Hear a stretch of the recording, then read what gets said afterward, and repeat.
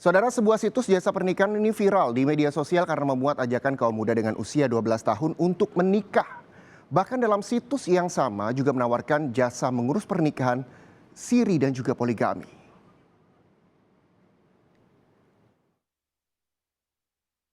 Sebuah situs jasa pernikahan viral di media sosial karena memuat pemberian jasa untuk sebuah pernikahan yang tak biasa, yakni jasa mengurus pernikahan untuk nikah siri, poligami, dan pernikahan untuk kaum muda.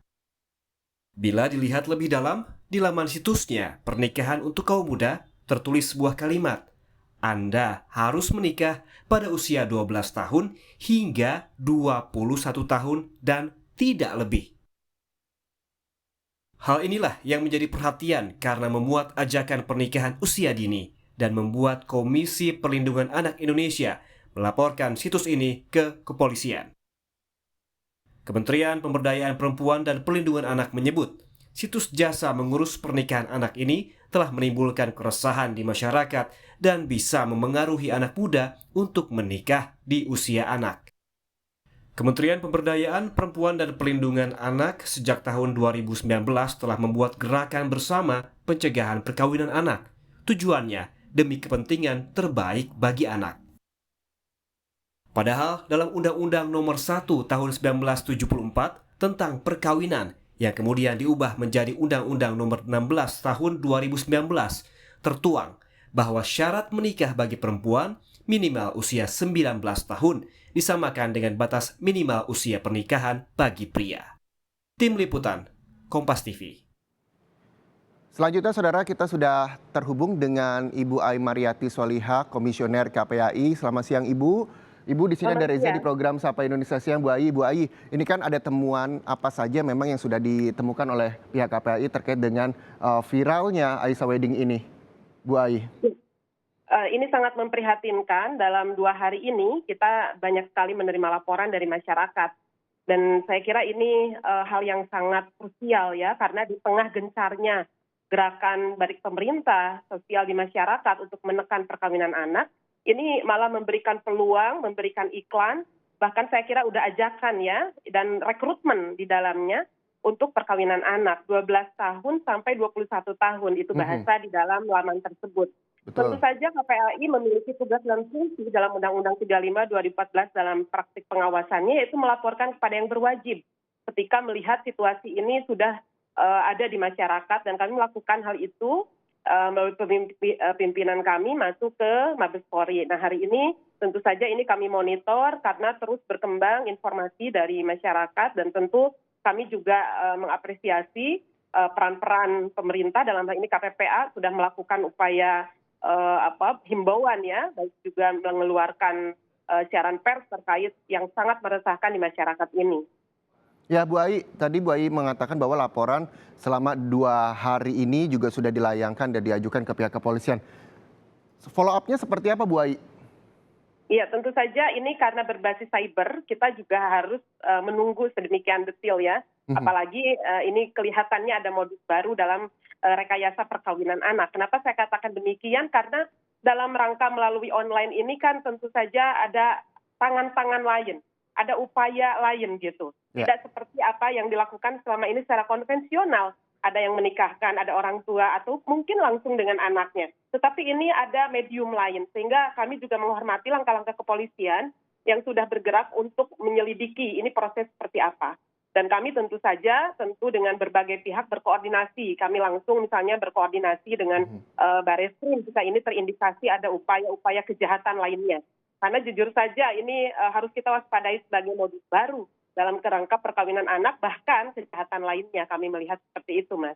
Ya, Bu Ai, kalau misalnya tadi dalam laman situs tersebut dikatakan bahwa menyediakan pernikahan dari anak usia 12 tahun hingga 21 tahun seperti tadi Bu Ai juga sampaikan. Sebenarnya dampak apa sih yang memang nantinya bisa dirasakan kepada anak-anak yang menikah dalam usia dini ini? Ya tentu saja ini tidak ada aspek yang lebih baik ya buat anak-anak kita. Karena dalam isi laman tersebut semuanya iming-iming dan terbantah melalui fakta-fakta. Kita melihat bagaimana sumber daya manusia hari ini semuanya dikarenakan perkawinan anak, perempuan mengalami jumlah gap yang luar biasa.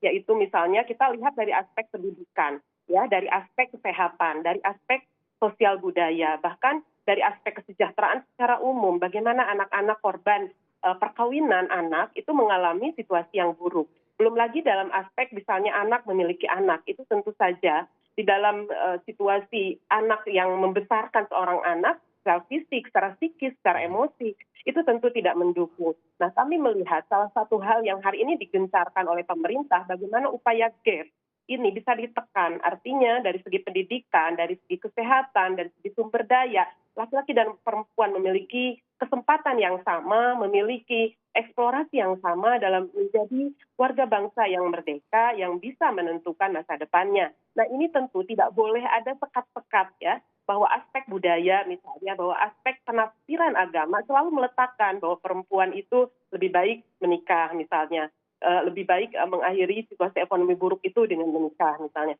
Nah, ini adalah pikiran-pikiran yang tentu saja menumbuhkan ya di masyarakat adanya budaya yang merugikan kepada anak-anak kita. Nah, saya kira banyak sekali riset-riset dalam hal ini untuk mengakhiri bagaimana anak-anak dan anak-anak laki-laki dan perempuan ini sedemikian besar gapnya, dan tentu salah satunya adalah dengan menekan perkawinan anak. Oke, berbicara dengan dampak perkawinan anak yang tadi Bu Ai sampaikan bahwa banyak dampak negatifnya ketika usia anak menjalin pernikahan. Lalu apa yang Bu Ai bisa himbau kepada seluruh masyarakat, terutama para orang tua, untuk menghindari pernikahan usia anak? Pertama, orang tua memberikan pengasuhan, memberikan kecukupan gizi, pemenuhan hak-haknya dengan memberikan kesempatan yang seluas-luasnya, laki-laki dan perempuan dengan adil dan setara.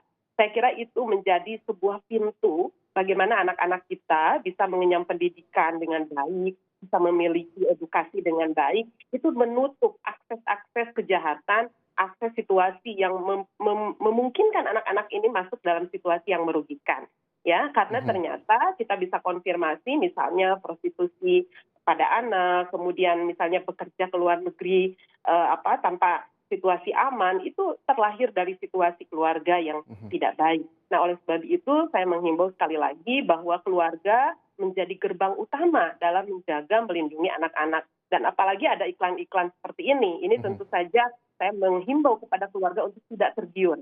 Kemudian mari ciptakan situasi komunikatif, dialogis dengan anak-anak, supaya anak-anak pun mawas dan tidak tergiur pada iklan seperti itu. Ya, anak-anak yang sudah melek digital, saya kira mungkin juga dia lebih update daripada orang tuanya, diajak dialog bahwa akun-akun yang mengatasnamakan kebahagiaan, mengatasnamakan perkawinan lebih muda itu lebih bahagia, lebih sukses gitu ya, itu seharusnya diajak berdialog untuk tidak serta-merta tergiur. Jadi disinilah fungsi keluarga nomor utama. Saya kira kemudian di situ ada fungsi-fungsi masyarakat, fungsi pemerintah, dan kita semua dalam kerangka menutup rapat celah perkawinan anak ini betul-betul harus kita tekan, kita jaga supaya anak-anak mendapatkan akses dan kesempatan untuk lebih baik lagi. Iya, Bu Ai, terakhir, ketika orang tua mendapatkan situs-situs pernikahan usia anak, apakah ada tempat pengaduan dari KPAI untuk orang tua yang mengetahui ada laman-laman tersebut dan akhirnya bisa mengadukan ke pihak KPAI? Ya, tentu saja kami membuka diri ya untuk memberikan laporan, silahkan kepada KPAI untuk mengadukan. Dan tentu saja kami juga sedang menunggu pihak kepolisian adakah sudah korban yang masuk dalam akun ini. Tentu ini juga akan menjadi bagian penting karena kami melihat ada orang tua dan anak yang sekaligus ya bisa tersasar oleh akun ini. Karena iming-imingnya, manipulasinya, dan kemudian sejumlah dijanjikan luar biasa di dalam situs ini. Kebahagiaan yang saya kira juga sangat semu gitu, dan ini bertolak belakang dengan tujuan dan cita-cita besar kita. Jadi kami mengharapkan silakan adukan ke KPPA dan ke KPAI, mungkin nanti ada nomor yang bisa dihubungi di KPAI, nomor pengaduannya juga ada untuk menyampaikan, dan kami tentu akan berkoordinasi dengan pihak-pihak yang berwenang ya dalam hal pidana dengan kepolisian, dan tentu bisa diperlukan dengan dinas setempat dan juga kelompok-kelompok pegiat anak lainnya untuk melakukan pendampingan. Baik, terima kasih banyak Bu Ai Mariati Soleha, Komisioner KPAI atas waktunya bersama Sapa Indonesia Siang.